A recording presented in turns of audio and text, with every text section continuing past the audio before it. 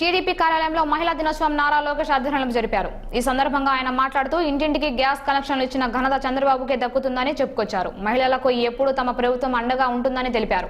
చిన్న వయసులో వివాహం చేసి బాలికల బంగారు భవిష్యత్తును పాడు చేయవద్దని ఆయన విజ్ఞప్తి చేశారు. బాగా చదివించి ఉన్నత స్థాయికి తీసుకెళ్లాలని ఆయన కోరారు.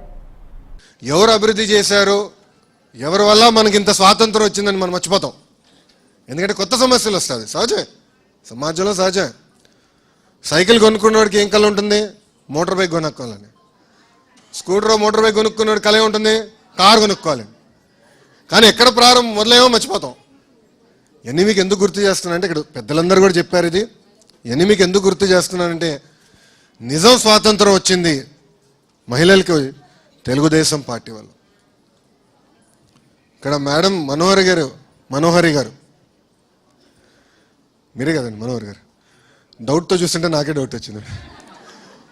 మనోహరి గారు అన్నట్లు ఏదో నామమాత్రంగా స్వాతంత్రం వస్తాం కరెక్ట్ కాదు. మేడం గారు అన్నట్లు ఇప్పుడు సర్పంచ్లు కానివ్వండి, జెడ్పీటీసీలు కానివ్వండి, ఎంపీటీసీలుగా ఎంపీపీలుగా మహిళలకి రిజర్వేషన్ ఉన్న బ్యాక్ సీట్ డ్రైవింగ్ చేస్తాం కరెక్ట్ కాదు, అది వాస్తవం. కానీ ఆ మార్పు మాలో రావాలంటే మీరు మీ కూతుర్ని బాగా చదివించి వాళ్ళకి స్వాతంత్రం ఇచ్చే బాధ్యత మీ అందరిపైన ఉంది. అప్పుడే మేము వింటాం. ఎందుకు చెప్తున్నానంటే, మా ఇంట్లో ఇప్పుడు బ్రహ్మణి ఉంది. బ్రహ్మణికి నాకు పెళ్ళైనప్పుడు ఆమె వయసు 19 సంవత్సరాలు, నా వయసు 23. చాలా చిన్న వయసులో పెళ్లి చేశారు మా ఇంట్లో. కుటుంబ సభ్యులు అందరికీ సమాన హక్కు ఉండాలని పదే చెప్తున్నారు. ఇప్పుడు ఆ కార్యక్రమం ప్రారంభించాం. ఇవన్నీ ఇంట్లో విషయాలు మీకు అందరికీ ఎందుకు చెప్తున్నానంటే, మహిళలకి స్వాతంత్రం అనేది మన ఇంట్లో మొదలవుతుంది, మన ఇంట్లో ప్రారంభమవుతుంది. మీరు మీ కూతుర్ని, చెల్లెల్ని బాగా చదివించాల్సిన బాధ్యత మీపైన ఉంది. ఎందుకంటే చట్టాలు తీసుకొస్తాం, రిజర్వేషన్లు తీసుకొస్తాం, పెడతాం అంటే ఎలాంటి సందేహం లేదు. ఎందుకంటే నిరంతరం చంద్రబాబు నాయుడు గారు ఆయన కళ అది. 50% తీసుకురావాలనేది మొన్న ఉమెన్స్ పార్లమెంట్ మనం సమావేశం ఏర్పాటు చేసుకున్నాం. దాంట్లో ప్రకటిస్తాం కూడా జరిగింది. చేస్తాం, చట్టం వస్తుంది. కానీ డమ్మీలుగా మిగిలిపోతే మహిళలకి పెద్ద సేవ్ చేసిన వాళ్ళు మనం అవ్వం. అందుకే పదే మిమ్మల్ని కోరేది, 2-3 సార్లు రిపీట్ చేసినా నేను పదే మిమ్మల్ని కోరేది, మీ కూతుర్ని చెల్లెల్ని తప్పనిసరిగా చదివించాల్సిన బాధ్యత మీ పైన ఉంది. పై చదువులు పంపించండి. హైదరాబాద్ కాదు, అమరావతిలో కాదు, వైజాగ్ కాదు, ఇతర రాష్ట్రాలు, అవసరమైతే ఇతర దేశాలు పంపించి ఉద్యోగాలు కూడా చేయించే బాధ్యత మనందరిపైన ఉంది.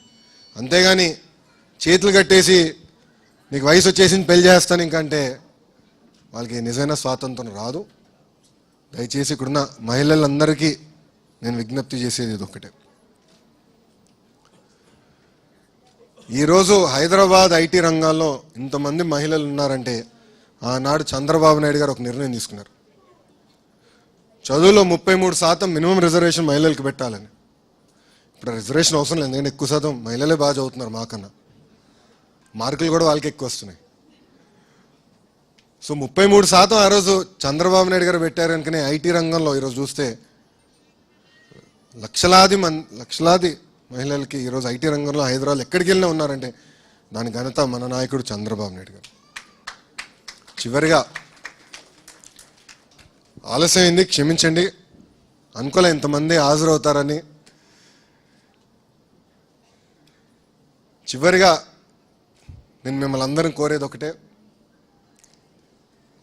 ఒకరోజు ఇంత పవిత్రమైన రోజు ఒకటి ఏర్పాటు చేసుకుని మనందరం ఘనంగా నిర్వహించుకుంటున్నాం. ఇక్కడ ఏదైతే చాలామంది మాట్లాడారో ఇక్కడితో కాకుండా ఇంటికెళ్ళి మీ భర్త కూడా చర్చించి, బాగా హాట్గా చర్చించి తప్పనిసరిగా మీ పిల్లల్ని, ఎస్పెషల్లీ మీ కూతుర్ని, ఇంట్లో ఉంటే చెల్లెలు కానివ్వండి, అంటే వేరే ఆడపిల్లలు ఎవరైనా ఉంటే ఇంట్లో 100కి 100% బాగా చదివించి పై చదువులు కూడా పంపించి వాళ్ళకి నిజమైన స్వాతంత్రం అందిస్తారని నేను ఆశిస్తూ బాగా గందరగోళం ఉంది కనుక వేదిక మీద ఉన్న పెద్దలందరి పేరు చెప్పలేకపోయాను, నాకు క్షమించండి. కానీ వేదికను అలంకరించిన పెద్దలందరికీ పేరు పేరున నా హృదయపూర్వక కృతజ్ఞతలు.